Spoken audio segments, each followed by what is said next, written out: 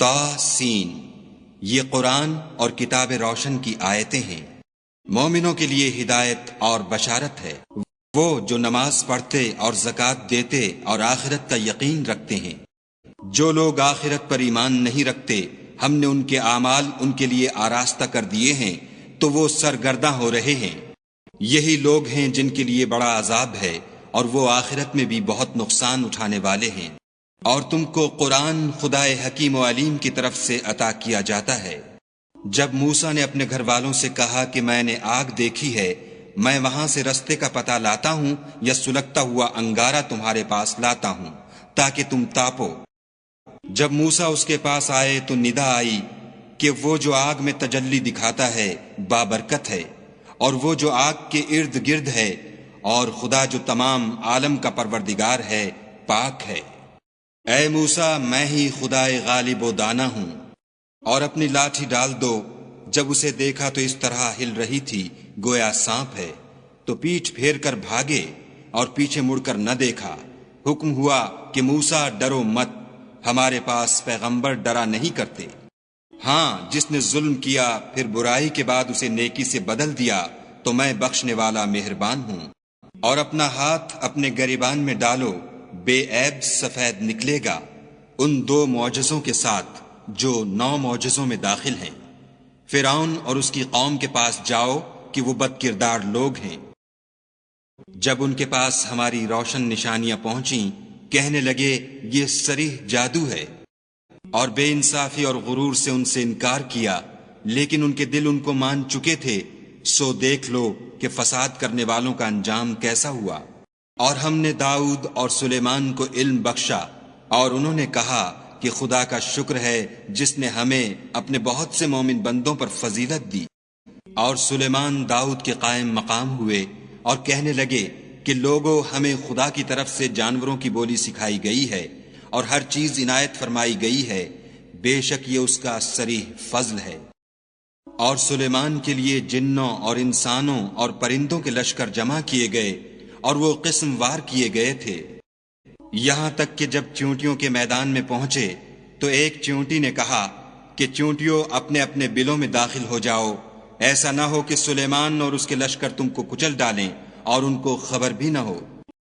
تو وہ اس کی بات سے ہنس پڑے اور کہنے لگے کہ اے پروردگار، مجھے توفیق عنایت کر کہ جو احسان تو نے مجھ پر اور میرے ماں باپ پر کیے ہیں ان کا شکر کروں، اور ایسے نیک کام کروں کہ تو ان سے خوش ہو جائے، اور مجھے اپنی رحمت سے اپنے نیک بندوں میں داخل فرما۔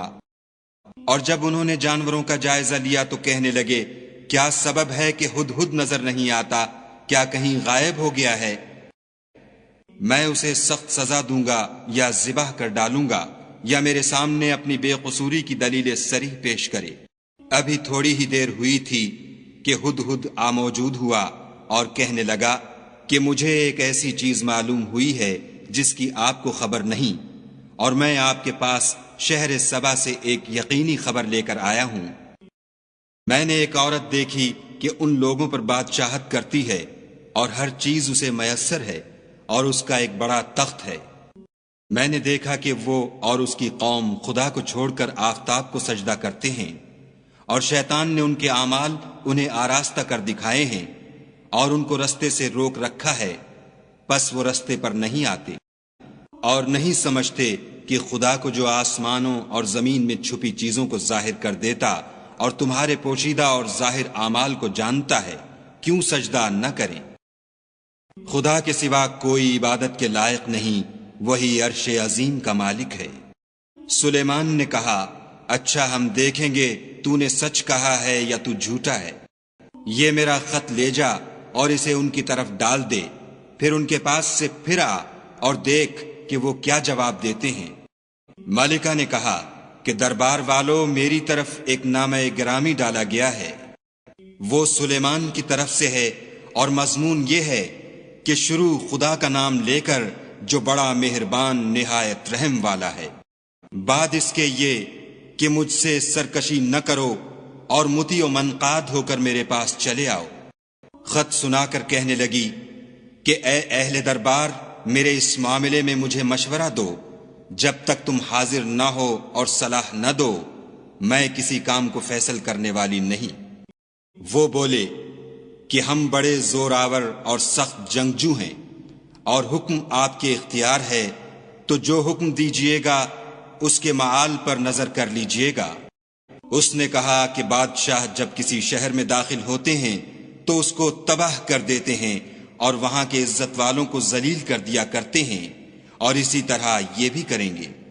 اور میں ان کی طرف کچھ تحفہ بھیجتی ہوں اور دیکھتی ہوں کہ قاصد کیا جواب لاتے ہیں۔ جب قاصد سلیمان کے پاس پہنچا تو سلیمان نے کہا، کیا تم مجھے مال سے مدد دینا چاہتے ہو؟ جو کچھ خدا نے مجھے عطا فرمایا ہے وہ اس سے بہتر ہے جو تمہیں دیا ہے۔ حقیقت یہ ہے کہ اپنے تحفے سے تم ہی خوش ہوتے ہوگے۔ ان کے پاس واپس جاؤ، ہم ان پر ایسے لشکر لے کر حملہ کریں گے جن کے مقابلے کی ان میں طاقت نہ ہوگی، اور ان کو وہاں سے بے عزت کر کے نکال دیں گے اور وہ ذلیل ہوں گے۔ سلیمان نے کہا کہ اے دربار والو، کوئی تم میں ایسا ہے کہ قبل اس کے کہ وہ لوگ فرما بردار ہو کر ہمارے پاس آئیں، ملکہ کا تخت میرے پاس لے آئے؟ جنات میں سے ایک قوی ہیکل جن نے کہا کہ قبل اس کے کہ آپ اپنی جگہ سے اٹھیں میں اس کو آپ کے پاس لا حاضر کرتا ہوں، اور مجھے اس پر قدرت بھی حاصل ہے اور امانت دار بھی ہوں۔ ایک شخص جس کو کتاب الہی کا علم تھا کہنے لگا کہ میں آپ کی آنکھ کے جھپکنے سے پہلے اسے آپ کے پاس حاضر کیے دیتا ہوں۔ جب سلیمان نے تخت کو اپنے پاس رکھا ہوا دیکھا تو کہا کہ یہ میرے پروردگار کا فضل ہے تاکہ مجھے آزمائے کہ میں شکر کرتا ہوں یا کفران نعمت کرتا ہوں، اور جو شکر کرتا ہے تو اپنے ہی فائدے کے لیے شکر کرتا ہے، اور جو ناشکری کرتا ہے تو میرا پروردگار بے پرواہ اور کرم کرنے والا ہے۔ سلیمان نے کہا کہ مالکہ کے امتحان عقل کے لیے اس کے تخت کی صورت بدل دو، دیکھیں کہ وہ سوجھ بوجھ رکھتی ہے یا ان لوگوں میں سے ہے جو سوجھ نہیں رکھتے۔ جب وہ آ پہنچی تو پوچھا گیا کہ کیا آپ کا تخت بھی اسی طرح کا ہے؟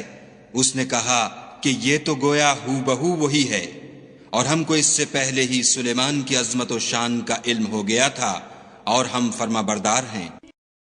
اور وہ جو خدا کے سوا اور کی پرستش کرتی تھی، سلیمان نے اس کو اس سے منع کیا، اس سے پہلے تو وہ کافروں میں سے تھی۔ پھر اس سے کہا گیا کہ محل میں چلیے۔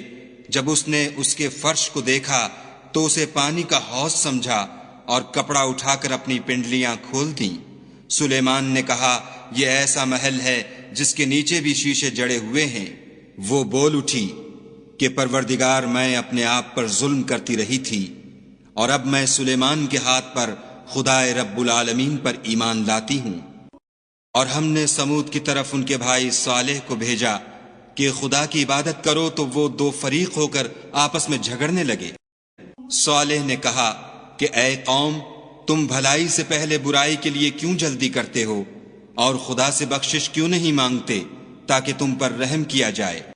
وہ کہنے لگے کہ تم اور تمہارے ساتھی ہمارے لیے شگون بد ہیں۔ صالح نے کہا کہ تمہاری بدشگونی خدا کی طرف سے ہے، بلکہ تم ایسے لوگ ہو جن کی آزمائش کی جاتی ہے۔ اور شہر میں 9 شخص تھے جو ملک میں فساد کیا کرتے تھے اور اصلاح سے کام نہیں لیتے تھے۔ کہنے لگے کہ خدا کی قسم کھاؤ کہ ہم رات کو اس پر اور اس کے گھر والوں پر شبخون ماریں گے، پھر اس کے وارثوں سے کہہ دیں گے کہ ہم تو اس کے گھر والوں کے موقع ہلاکت پر گئے ہی نہیں، اور ہم سچ کہتے ہیں۔ اور وہ ایک چال چلے اور ہم بھی ایک چال چلے، اور ان کو کچھ خبر نہ ہوئی۔ تو دیکھ لو کہ ان کی چال کا انجام کیسا ہوا۔ ہم نے ان کو اور ان کی قوم سب کو ہلاک کر ڈالا۔ اب یہ ان کے گھر ان کے ظلم کے سبب خالی پڑے ہیں۔ جو لوگ دانش رکھتے ہیں ان کے لیے اس میں نشانی ہے، اور جو لوگ ایمان لائے اور ڈرتے تھے ان کو ہم نے نجات دی۔ اور لوط کو یاد کرو جب انہوں نے اپنی قوم سے کہا کہ تم بے حیائی کے کام کیوں کرتے ہو اور تم دیکھتے ہو؟ کیا تم عورتوں کو چھوڑ کر لذت حاصل کرنے کے لیے مردوں کی طرف مائل ہوتے ہو؟ حقیقت یہ ہے کہ تم احمق لوگ ہو۔ تو ان کی قوم کے لوگ بولے تو یہ بولے، اور اس کے سوا ان کا کچھ جواب نہ تھا کہ لوط کے گھر والوں کو اپنے شہر سے نکال دو، یہ لوگ پاک بننا چاہتے ہیں۔ تو ہم نے ان کو اور ان کے گھر والوں کو نجات دی، مگر ان کی بیوی کہ اس کی نسبت ہم نے مقرر کر رکھا تھا کہ وہ پیچھے رہنے والوں میں ہوگی، اور ہم نے ان پر مہ برسایا، سو جو مہ ان لوگوں پر برسا جن کو متنبع کر دیا گیا تھا برا تھا۔ کہہ دو کہ سب تعریف خدا ہی کو سزاوار ہے، اور اس کے بندوں پر سلام ہے جن کو اس نے منتخب فرمایا۔ بھلا خدا بہتر ہے یا وہ جن کو یہ اس کا شریک بناتے ہیں؟ بھلا کس نے آسمانوں اور زمین کو پیدا کیا، اور کس نے تمہارے لیے آسمان سے پانی برسایا؟ ہم نے، پھر ہم نے اس سے سرسبز باغ اگائے۔ تمہارا کام تو نہ تھا کہ تم ان کے درختوں کو اگاتے، تو کیا خدا کے ساتھ کوئی اور بھی معبود ہے؟ ہرگز نہیں، بلکہ یہ لوگ رستے سے الگ ہو رہے ہیں۔ بھلا کس نے زمین کو قرارگاہ بنایا اور اس کے بیچ نہریں بنائیں اور اس کے لیے پہاڑ بنائے، اور کس نے دو دریاؤں کے بیچ اوٹ بنائی؟ یہ سب کچھ خدا نے بنایا، تو کیا خدا کے ساتھ کوئی اور معبود بھی ہے؟ ہرگز نہیں، بلکہ ان میں اکثر دانش نہیں رکھتے۔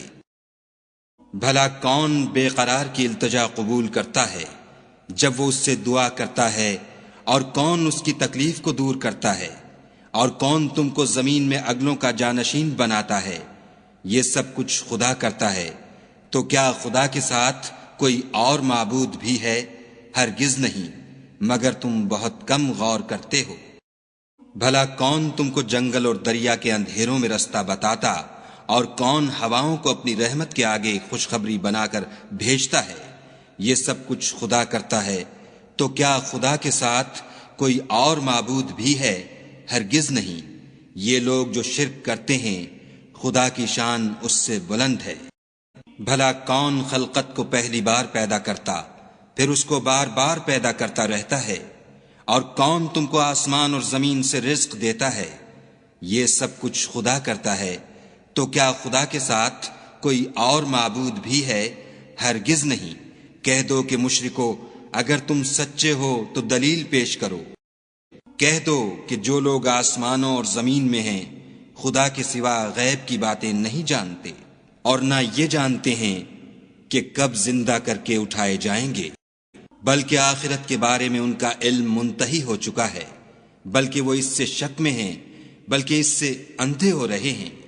اور جو لوگ کافر ہیں کہتے ہیں کہ جب ہم اور ہمارے باپ دادا مٹی ہو جائیں گے تو کیا ہم پھر قبروں سے نکالے جائیں گے؟ یہ وعدہ ہم سے اور ہمارے باپ دادا سے پہلے سے ہوتا چلا آیا ہے۔ کہاں کا اٹھنا اور کیسی قیامت، یہ تو صرف پہلے لوگوں کی کہانیاں ہیں۔ کہہ دو کہ ملک میں چلو پھرو، پھر دیکھو کہ گناہ گاروں کا انجام کیا ہوا، اور ان کے حال پر غم نہ کرنا، اور نہ ان چالوں سے جو یہ کر رہے ہیں تنگ دل ہونا، اور کہتے ہیں کہ اگر تم سچے ہو تو یہ وعدہ کب پورا ہوگا؟ کہہ دو کہ جس عذاب کے لیے تم جلدی کر رہے ہو شاید اس میں سے کچھ تمہارے نزدیک آ پہنچا ہو، اور تمہارا پروردگار تو لوگوں پر فضل کرنے والا ہے، لیکن ان میں سے اکثر شکر نہیں کرتے۔ اور جو باتیں ان کے سینوں میں پوشیدہ ہوتی ہیں اور جو کام وہ ظاہر کرتے ہیں تمہارا پروردگار ان سب کو جانتا ہے۔ اور آسمانوں اور زمین میں کوئی پوشیدہ چیز نہیں ہے مگر وہ کتاب روشن میں لکھی ہوئی ہے۔ بے شک یہ قرآن بنی اسرائیل کے سامنے اکثر باتیں جن میں وہ اختلاف کرتے ہیں بیان کر دیتا ہے، اور بے شک یہ مومنوں کے لیے ہدایت اور رحمت ہے۔ تمہارا پروردگار قیامت کے روز ان میں اپنے حکم سے فیصلہ کر دے گا، اور وہ غالب اور علم والا ہے۔ تو خدا پر بھروسہ رکھو، تم تو حق صریح پر ہو۔ کچھ شک نہیں کہ تم مردوں کو بات نہیں سنا سکتے، اور نہ بہروں کو جبکہ وہ پیٹھ پھیر کر پھر جائیں آواز سنا سکتے ہو، اور نہ اندھوں کو گمراہی سے نکال کر رستہ دکھا سکتے ہو۔ تم تو انہی کو سنا سکتے ہو جو ہماری آیتوں پر ایمان لاتے ہیں اور وہ فرما بردار ہو جاتے ہیں۔